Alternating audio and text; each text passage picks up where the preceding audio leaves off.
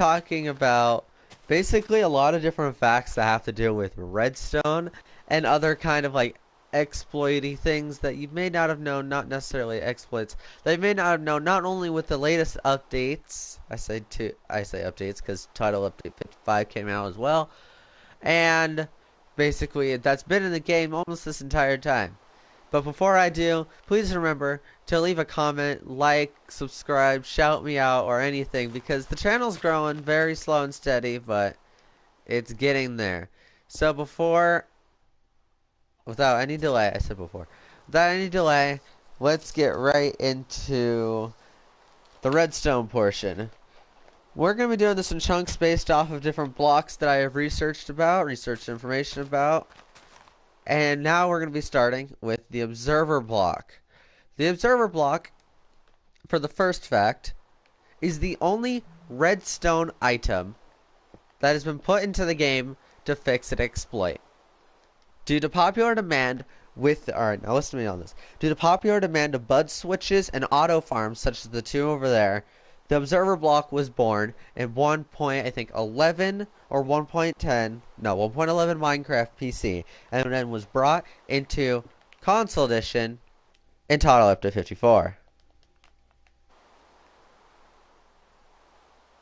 Someone typed no one in chat. I don't understand what that means. Moving on from that, observer blocks can actually be tripped by players and not just block updates. Now, to do this, it is still using block updates, but it's also using another more than one redstone purpose when it comes to being placed on the ground. Now, string in front of an observer block acts like a tripwire, but only the first one, and it doesn't trip any other ones next to it. As if a player or a mob walks over it, it counts as a block update when they get on it and when they get off of it. Now, me, not knowing that at first, the second I learned that, the first thing I decided to do was make an elevator out of that, which I will show somewhere at the very end of this video, probably when I'm done with the main portion and screwing around. But that's a cool little fact. Other than that, fact number 3, if I can find the hole, if not, it's okay, I'll just talk about it.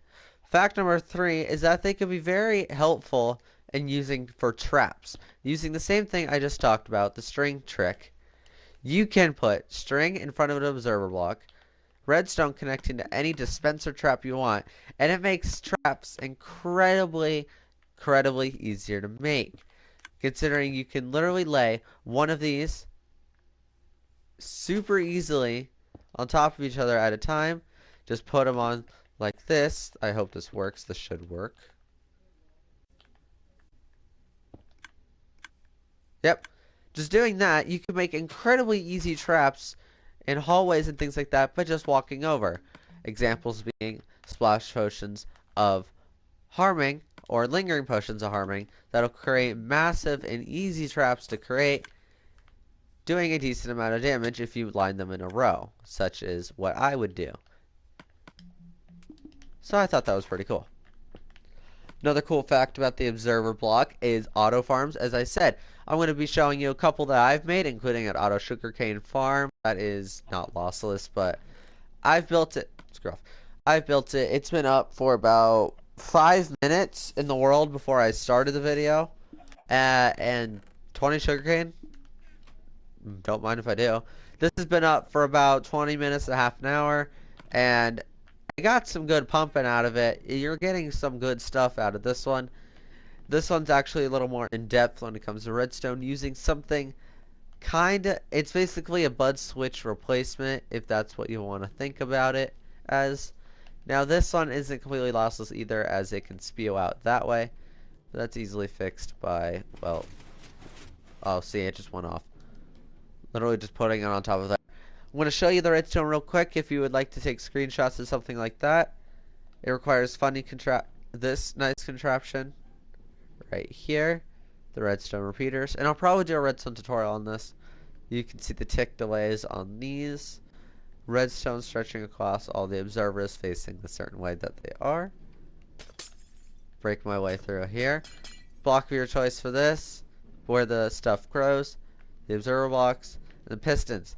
Now the reason this works the way it does is because when the observer block is pushed, it pushes this redstone block, pushes all the pistons, and then pushes it back.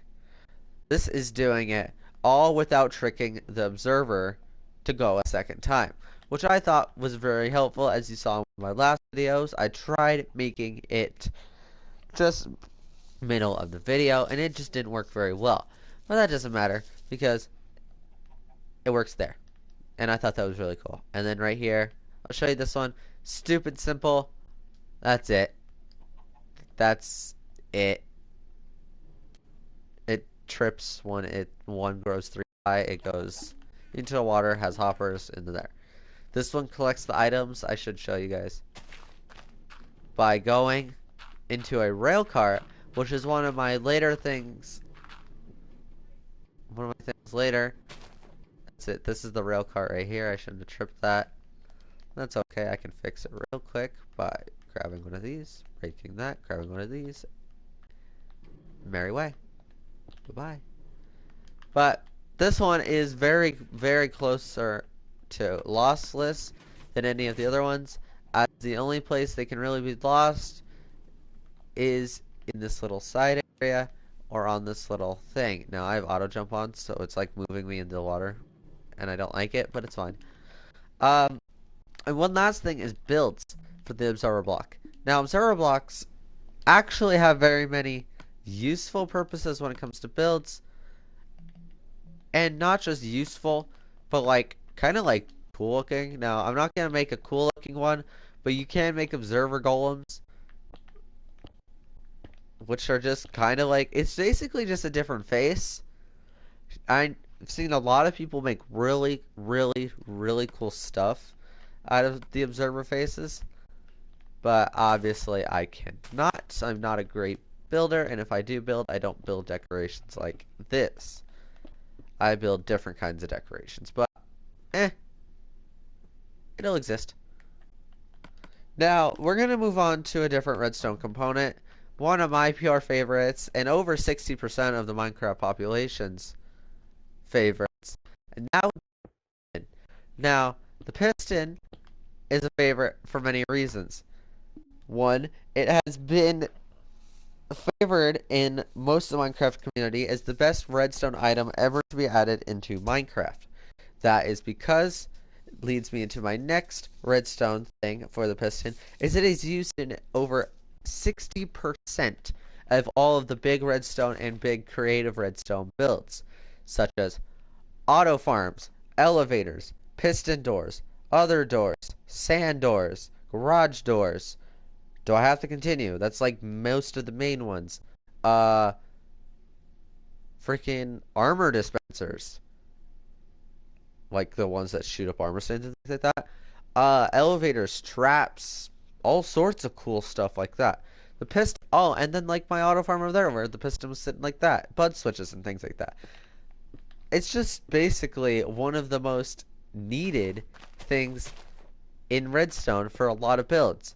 Without the piston, there would be no way to automatically farm melons. No logical way, I don't think, to auto farm sugarcane other than using water. And I don't even think water works. So, pistons are awesome. That's my conclusion to it. Pistons work well. No, not just well. Work amazing with slime blocks because of the fact that slime blocks move. Many other blocks move, as you're about to see. I don't think I put too many blocks on it, but hey, awesome. Moves a ton of stuff. It's used in a lot of sand doors, as the slime block can move other pistons. Like so. Cool things like that. And then you can make like awesome builds doing things like this. And then you can break it. But that's besides the point. Hey. I've honestly just thought that was really cool. So they pair well with slime. They pair well with a lot of different redstone things. And then one last thing is pistons can be used in almost every situation that you can think of in one way or another. Even if it's completely useless, it can still be used.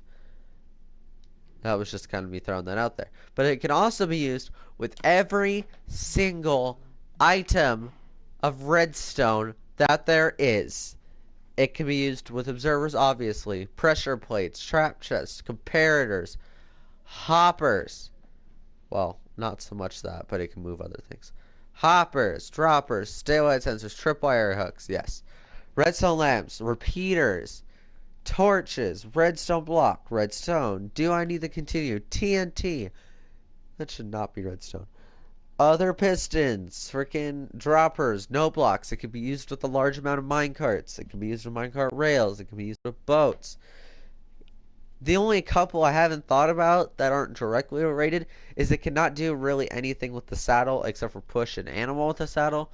It can be it can open doors that you have to fly into using the elytras, so it kind of relates with that.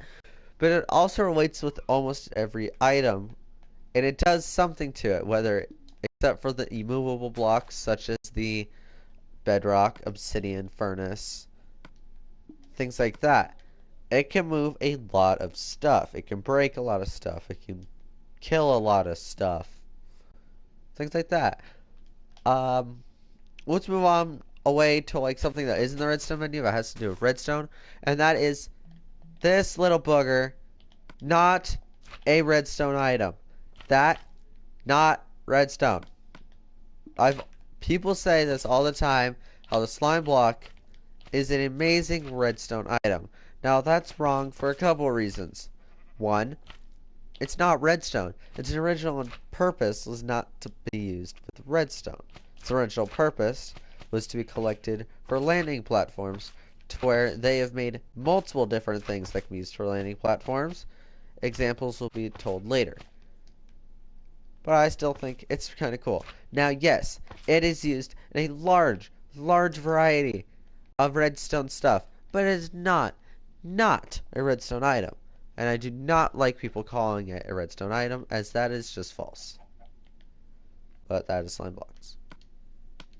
Another thing that you may not have known is, I want to try this real quick, is that it acts, such as an iron, gold, or diamond axe, with fortune 3, if I can find the book. There it is. Actually mines plants better than normal. Now, this sounds weird, but if I jump to survival, I've been told, well, tile blocks on. It is. I've been shown that they drop a larger amount of seeds than normal. Now, just breaking out this little area gave me 16 seeds. And to test this, I'm going to break out around the same area with my fist. And you notice that I get like 3 or 5 seeds.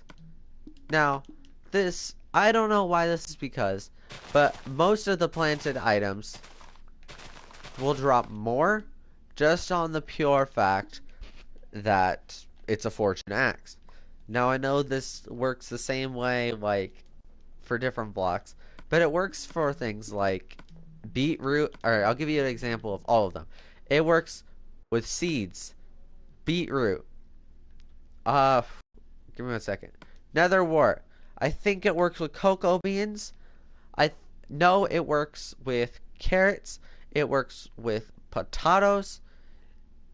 And I think that's it. I don't think it works with chorus. I've never tried. I want to try right now, but I doubt it. Let me grab it, if I can find it. I'm an idiot. No. But these are the things, 100% they can be used with seeds, beetroot seeds, netherwort, carrot, and potato.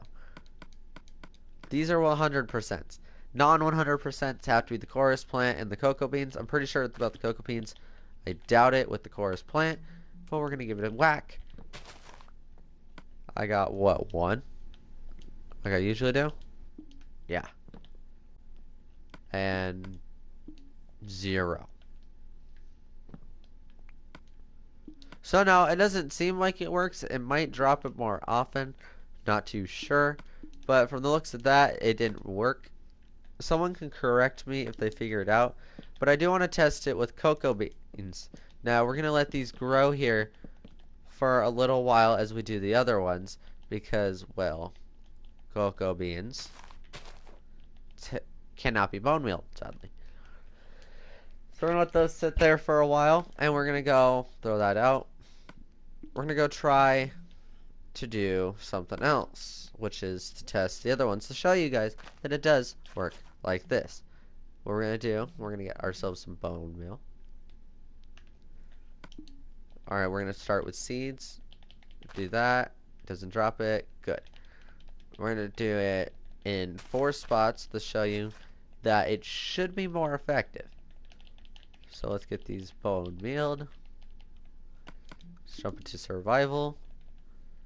And let's mine this one up. So, mining that, already you could see gave me 6 seeds, which is a large difference from normal. That one gave me 2. So it's basically a guarantee when it comes to seeds and stuff. Not so much the crop itself for wheat, but it definitely gives you more seeds. So, it does increase your yield, and it still should be used if you need seeds. Other than that, we're just going to jump back into creative, and we're going to try it with beetroot real quick, as beetroot is one of the ones that require more attention when it comes to things like this. Now, okay, sorry.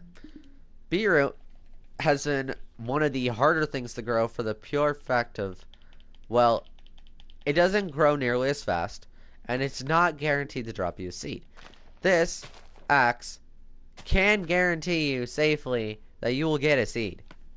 As you can see, I got not just 1, but 12 seeds, and the same amount of crops that you'd usually get. So that's normal because it's a double yield. It'll give you multiple of this one with the same amount of this one. So we can determine that if you want to get more of the seeds, especially for beetroot, you definitely want to use the Fortune 3 axe. Now, we're going to move on to the ones that make a large difference in your Minecraft world. That includes carrots and potatoes. Now, carrots are one of the more ready to go sources of food and are great for semi-auto farms. But one thing is this iron axe actually harvests more carrots than you think. Now that one, if I was not too mistaken, just gave me 4. That one just gave me 6, 4, 4, and 5, or 3. Now what this axe did is it multiplied it. I think what it did is it added 3 more to the possible cap you can get from harvesting. Or it made it 3 times. Not 3 times, something like that. But what it did is it made the one yield, where it only yields 1, yield 3. It made the one that yields 2, yield 4. And it made the one that yields 3, yield about 5 or 6. Now, knowing that, it makes a huge difference knowing that I mined 5 crops and got 21 carrots out of it. Very important to some people that don't have food on the ready. So, pretty important right there. So we can safely say by using 5 carrots, you get a 17 increase if you had nothing to begin with, or something like that. But it's very important. But then when you move on to potatoes, the more stable but have to prepared food, it is the same exact way. It produces between 3 and 6 that I have seen when it comes to mining. Now, what we're going to do is we're going to mine these. And we got throwing this one away like that. You can see we get around the same amount. We got 23, which means it works the same way. As you can see, very helpful. Now, I'm going to go check this. I don't know if it's going to be done or not. A couple of them are. These usually drop 3 to something. This one's just dropped 3, 3, 3, 3. So the axe doesn't really work on cocoa beans, which is fine because it still should be used for effectiveness as it mines cocoa beans super ultra quick. But other than that, let's move on to the nether wart. This is going to be the last plant when it comes to this little life hack. It cannot grow using bone meal, sadly, but let's give it a check. We're going to get some soul sand. We're going to place 9, and then I want to go test something for you guys to see. Because last time I checked, when you mine a fully grown stalk of melon or pumpkin, it can give you more than 1 seed, which is still an increase. Now, knowing that, this right here is a melon seed. It can drop anywhere from 0 to, I think, 2. Using this, I want to see if it increases that chance. So, here we go. I'm going to try to pick block it, but I'm in creative. So let's grab it. It's a pumpkin seed. It dropped 2. Now, if it was going to drop 0, that makes sense. I'm going to mine this one. We have 3. Now we have 4. Now we have 6. We got 2 from that. So it can drop between... That one dropped 3. 3 or 4, because what? It was like 2, 2, 1, 5, 9. So that one dropped, I think, 4.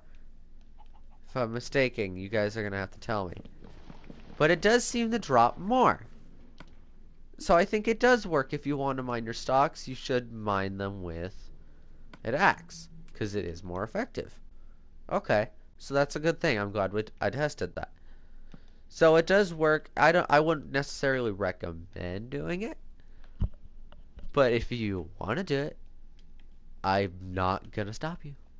Here, look at all the seeds. Oh, look at all the seeds. Nothing. Other than that, while this grows, we're gonna move on to something else, and that there is an item that you can get in creative, but is not in the creative menu. Now you're thinking about that. There's multiple of them. There is the dragon egg. Yes, I'm talking about something that you can get that is not in your Minecraft world in general. There is no way to harvest it that I have learned, but I'm going to test it right now using a diamond shovel and the farmland over here.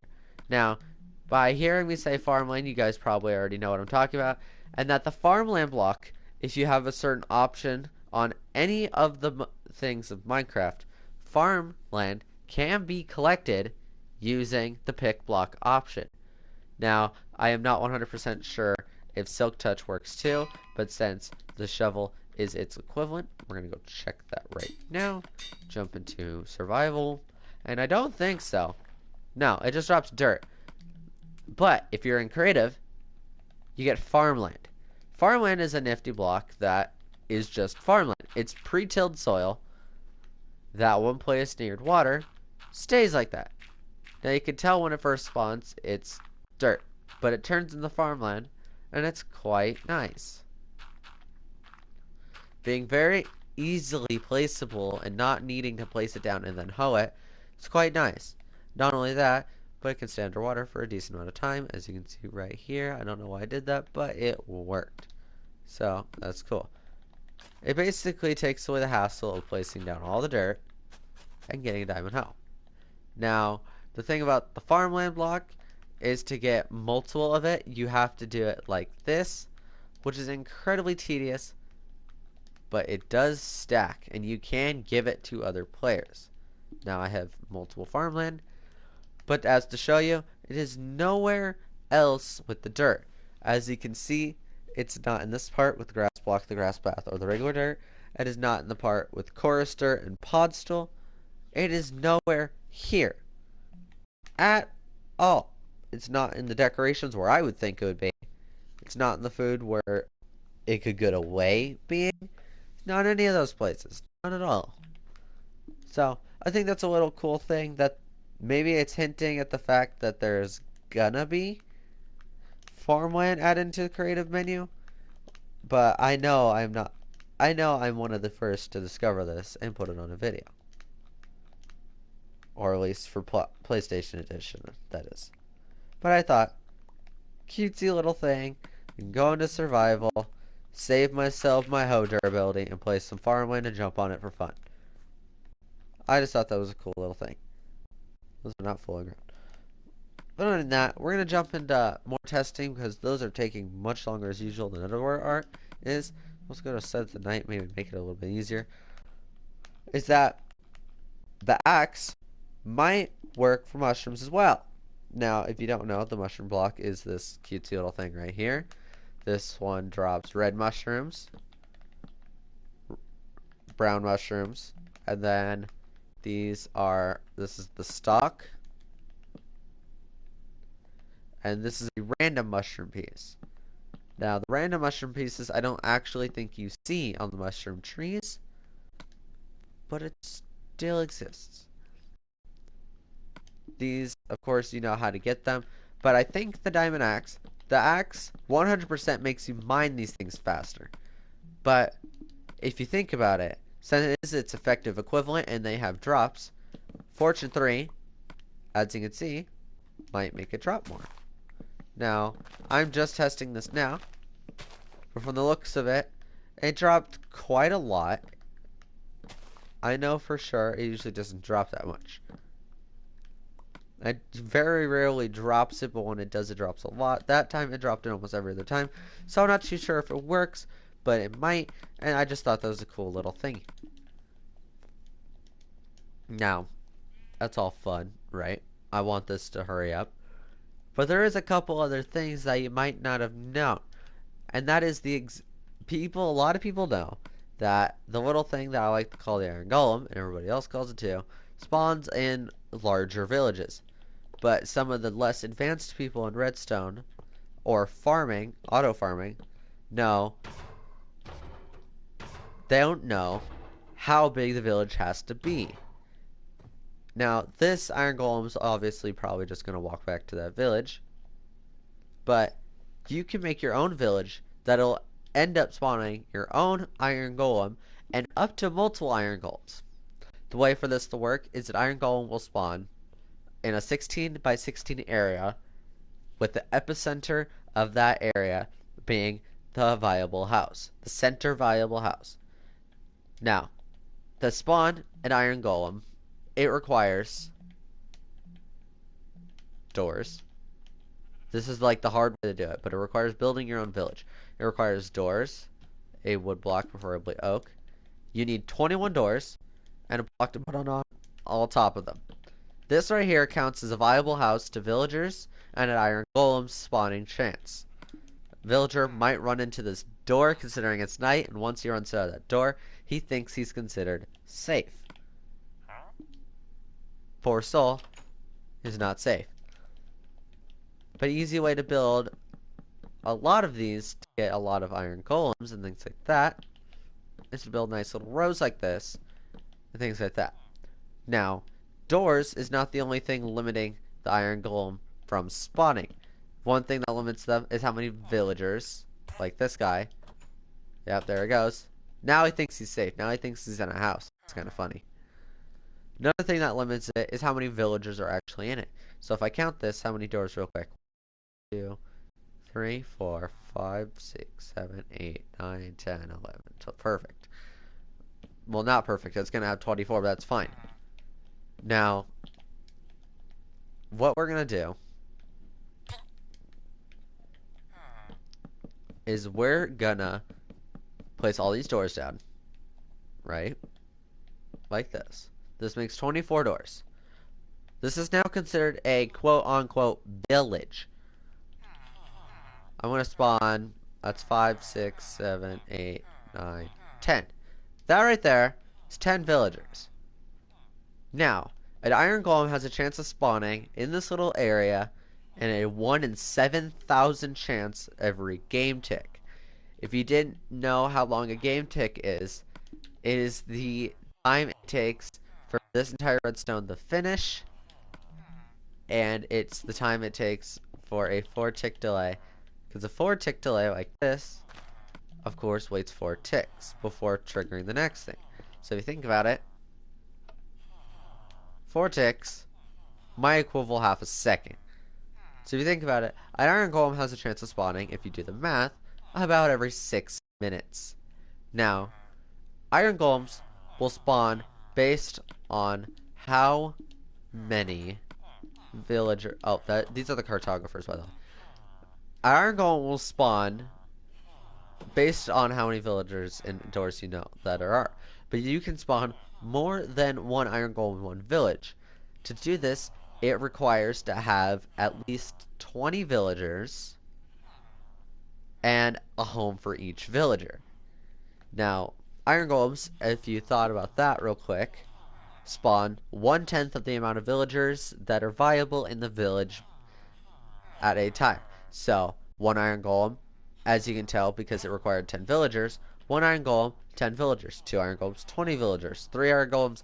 Now you're getting to sketchiness where it starts requiring 30 villagers, 40 villagers, and at that point, I don't even think you can spawn enough villagers. But we're going to spawn a few more. 1, 2, 3, 4, 5, 6, 7, 8, 9, 10. Right now we have 20 and 24 houses. A couple of them are running away. But they'll come back, as you can see. Now, we are kind of going to let this one wait as well. See if an Iron Golem spawns here. 2 can spawn, based on the fact that these are viable houses. I don't want to connect them, but they are viable. And the villagers know so, because they're flocking to them, which is kind of cool. Over here, we have a couple stocks grown, so we're going to jump into survival, do this final test, and then I'm going to show you the elevator design, and then I think we're going to call it quits on this video. So as you can see, it drops a much larger amount of netherwort, considering I literally turned 1. I literally turned 2 into 13. Technically 12, which is 6 each, which is a lot, even for netherwort, because netherwort does tend to spawn a lot. Now, I want to wait for this, but at the same time, I want to show you the elevator. So we're going to do both. I'm going to teach you guys how to make it the elevator really quickly. So this is kind of a redstone tutorial. No, I'm just going. Just kidding. We're going to do this video in an actual redstone tutorial probably right after this. And I'm going to show it off in my city world. So if you guys enjoyed this video, please leave a like, comment, subscribe, things like that. Help my channel grow. I think I'm at 58 subscribers right now. My goal is 100 by the end of the summer. I'm not feeling too confident on that goal anymore, as I have 58 and summer's halfway done. But that's fine. I wish you all a happy 4th of July if you don't watch the next video that's coming out. I hope you guys have a good one for you Americanos, for your other people. I think I have a couple Australia watchers, things like that. Comment if you're an Australia watcher. Things like that. But if you are in America and you celebrate 4th of July, I wish you guys good luck. Yeah, you're very late, Jay. You're going to have to watch it when it goes up on YouTube if you want. But if you guys enjoyed, thank you for watching. I'm going to be putting out another live stream in 5 minutes. That is going to be a couple redstone tutorials. It's going to be showing off what a redstone thinks the noob should know, as well as an advanced redstone at the very end. So guys, stick around for that stream that's starting in 5 minutes, especially you, Jay. Thank you for watching. Watch the video that's gone up on YouTube to learn about many facts that you may not have known about redstone and other blocks. Thank you guys. Peace out.